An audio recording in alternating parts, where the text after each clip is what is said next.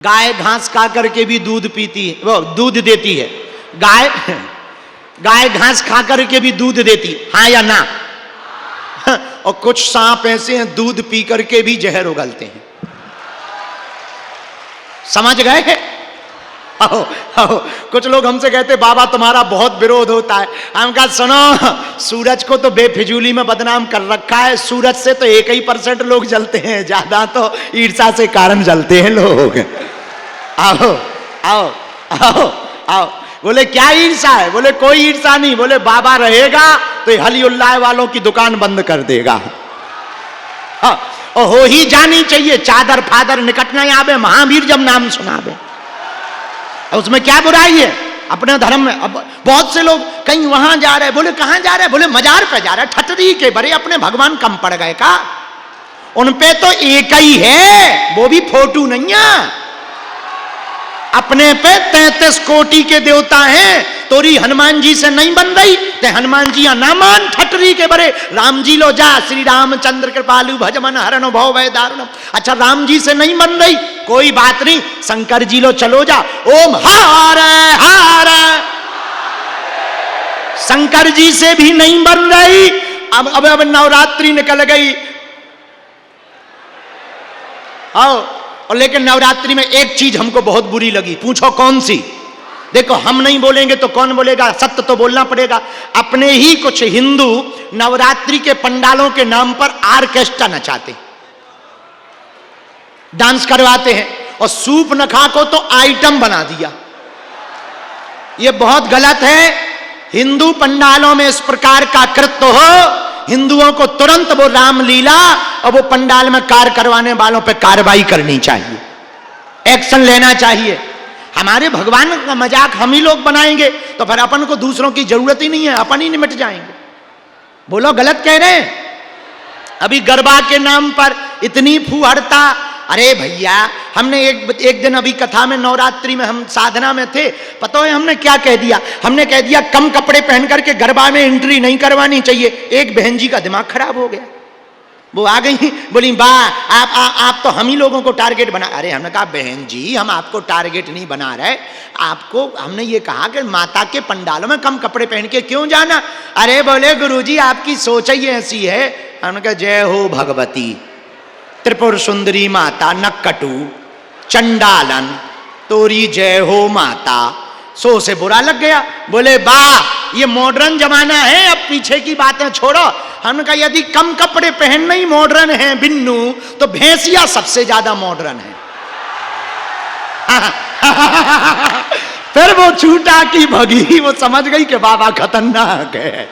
आओ आओ। अरे भाई हमारी सनातनीय परंपरा में वेशभूषा पूर्ण होनी चाहिए। माताओं का आभूषण वेशभूषा है, माताओं का आभूषण लज्जा है, माताओं का आभूषण मर्यादा है, पुरुषों का आभूषण। तुम दुर्गा की तो पूजा करते हो, जब तक तुम्हारी मन में खोट है, पराई स्त्री के प्रति कुदृष्टि है, तब तक तुम्हारी दुर्गा पूजा विफल है। और हिंदुओं तुम्हें धर्म को बचाना है तो पहले खुद को सुधारना पड़ेगा। तुम 9 दिन तो दुर्गा दुर्गा करते, 10वें दिन तुम मुर्गा करते। तुम कहते हम हिंदू हो, नक कटा मूसर चंदा। आज से ही पंडाल से प्रण लेकर जाओ कि हम धर्म पर चलेंगे और धर्म के लिए जिएंगे और धर्म के लिए मरेंगे। हाँ तो हम क्या सुना रहे थे वो सुनो सुनो। अभी नवरात्रि निकली। ओम जय अंबे गौरी मैया जय, तुमको मैया जी को। अरे जरा मोबाइल जला लो, लाइट अंधेरा मच गया है। लाइट जलाओ तुम लोग, लाइट जला लो, लाइट मोबाइल की। हाँ बाहर भी जला लो। अच्छा अभी दुर्गा पंडालों में आरती हुई कि नहीं हुई? देखो उनके तो एक ही भगवान है। हिंदुओं ध्यान से सुनना, बहुत बड़ी बात है। अपने तुम्हारी राम जी से नहीं बनती, हनुमान जी के पास जाओ। हनुमान जी से नहीं बनती, शंकर जी के पास जाओ। शंकर जी से नहीं बनती, दुर्गा जी के पास जाओ। दुर्गा जी से नहीं बनती, काली माता के पास जाओ। काली जी से नहीं बने तो भाई भैया भैरव लो चले जाओ। भैरव बब्बा से ना बने, करैधाम पटिया सरकार आ जाओ। अच्छा, यहां भी तुम्हारी नहीं बन रही है, दतिया चले जाओ, वहां भी नहीं बन रही, मनकामनेश्वर मंदिर जौरा में आ जाओ। अच्छा, यहां भी नहीं तुम्हारी बन रही, यहां भी तुम्हारा मन, वृंदावन चले जाओ, वृंदावन में बांके बिहारी मिलेंगे, बरसा महीने में विनोद बाबा मिलेंगे, वृंदावन में तुमको प्रेमानंद बाबा मिलेंगे, चले जाओ। यहां भी तुम्हारी नहीं बन रही, नौ देवता बना दे भी, पर चादर चढ़ाने मत जाना। एक नौ भगवान चाहे बना लो, पर चादर चढ़ाने, पूछो क्यों? तुम अपने बाप हां तो बाप कह नहीं रहे, पड़ोसी के अंकल हां बाप बना रहे हो। हम कुछ बोलेंगे तो तुम्हें बुरा लगेगा। देखो भाई, चाहे बुरा लगे चाहे अच्छा, हमने अभी धाम पे निर्णय ले लिया, बागेश्वर धाम पर वीआईपी कल्चर बंद। जो हाल अभी पश्चिम बंगाल में हो रहा, वही हाल तुम्हारे गांव में होगा। एक ही उपाय है। लोगों को लग रहा होगा कि हम विचित्र बातें बोलते हैं, भैया हम बिल्कुल भी विचित्र नहीं बोलते हैं। इस देश में परिस्थिति ऐसी निर्मित हो रही है, जगह जगह हिंदुओं को टारगेट किया जाता। आप अब कल की घटना सुनो, तमिलनाडु में राम जी की मूर्ति का पोस्टर बनाकर आग लगा दी। अब बताओ, हमें इससे कोई दिक्कत नहीं, जिन्होंने लगाई वो पक्का है कि रावण के खानदान के हैं। लेकिन बात यह है, इस देश में इतने लोग रहते हैं, किसी का मुंह नहीं फूटा कि एक बार कम से कम विरोध तो जता दें, कम से कम ऐसे लोगों को सबक तो सिखा दें। हमारी हिंदुओं से प्रार्थना है, यदि तुम आज एक नहीं होगे तो कल ना तुम्हारे बच्चे बचेंगे, ना तुम्हारा परिवार बचेगा। जो हाल कश्मीरी पंडितों का हुआ वही तुम्हारा होगा, जो हाल बांग्लादेश में हिंदुओं का हुआ वही तुम्हारा होगा, जो वर्तमान में हाल पश्चिम बंगाल में हो रहा वही तुम्हारा हाल होगा। हिंदुओं, एकमात्र उपाय है देश को बचाने का, जात पात की करो विदाई, हम सब हिंदू, हम सब हिंदू, हम सब हिंदू। भाई, पहले हिंदू डरा हुआ था, प्रतिक्रिया नहीं देता था, अब हिंदू जगा हुआ है। तुम छेड़ोगे, हम छोड़ेंगे नहीं। दूसरी बात, सागर में आपने कहा आई लव मोहम्मद, लेकिन सर तन से जुदा कर देंगे। ठटरी के बरे, नक्कटा, मूसर चंदा, घिनौना, आगी को लगो, कह तोरो भारत आए। अरे भैया, हम जिस राम की परंपरा के हैं, हमारे यहां युद्ध प्रिय नहीं है, हमारे यहां तो बुद्ध प्रिय है। वर्तमान में हिंदुओं की हालत बड़ी विचित्र है। जगह जगह जातिवाद के नाम पर हिंदू कहीं लड़ रहे, कहीं क्षेत्रवाद के नाम पर लड़ रहे, कहीं भाषावाद के नाम पर लड़ रहे। महाराष्ट्र में एक स्वामी हुए, स्वामी समर्थ रामदास जी महाराज, उनको हनुमान जी ने आज्ञा दी कि तुम अपने शिष्य छत्रपति शिवाजी को कहो कि हिंदवी स्वराज्य की स्थापना करें। स्वामी समर्थ रामदास जी ने 12 वर्ष तक हनुमान जी का तप किया। 12 वर्ष बाद जब हनुमान जी ने यह आज्ञा दी, तो उन्होंने अपने शिष्य छत्रपति शिवाजी से कहा कि जाओ, तुम हिंदवी स्वराज्य की स्थापना का संकल्प लो। लोग हमसे कहते हैं, बाबा तुम भड़काऊ बातें बोलते हो, बाबा तुम आग लगाने वाली बात बोलते हो। भैया, हम ना मुसलमानों के खिलाफ हैं, ना हम ईसाइयों के खिलाफ हैं, बस अंतर इतना है, हम कट्टर हिंदुओं के पक्ष में हैं।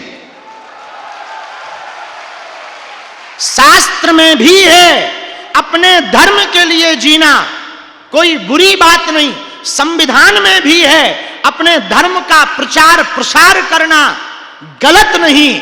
भैया, नफरत नहीं, हम प्रेम के आदी हैं, पर गर्व से कहते हैं हम हिंदुत्ववादी हैं। और सुनो, कुछ लोग अभी जब हम आए तो पत्रकारों ने पूछा कि कई जगह आई लव मोहम्मद चल रहा है, आप क्या कहना चाह रहे? हम कहा हमें कोई दिक्कत नहीं, आई लव मोहम्मद हो, बहुत बढ़िया है, पर आई लव महादेव हो तो उन्हें दिक्कत ना हो। हमारी हाथ जोड़कर प्रार्थना है पूरे भारत के लोगों से, अपने बच्चों को कार या व्यापार देकर मत जाओ, जाना ही है तो मरने के पहले अपने बच्चों को संस्कार देकर जाओ। कार व्यापार देकर बच्चों को जाओगे तो हो सकता है बच्चे बिगड़ जाएं, ना कार काम आएगी ना व्यापार काम आएंगे। यदि तुम अपने बच्चों को संस्कार देकर जाओगे तो धर्म विरोधी हलीउल्लाह वाले तुम्हारे बच्चों का धर्मांतरण नहीं करवा पाएंगे। हमारी प्रार्थना है अपने बच्चों को संस्कार देकर जाओ, अपने बच्चों को संस्कृति देकर के जाओ, अपने बच्चों को जीवन जीने की कला सिखा करके जाओ, अपने बच्चों को प्रेम देकर के जाओ, अपने बच्चों को आशीर्वाद देकर के जाओ। यदि बच्चे संस्कारवान रहेंगे, वो जहां भी रहेंगे, जैसे भी रहेंगे, वहां पर अपने जीवन को जीना सीख जाएंगे।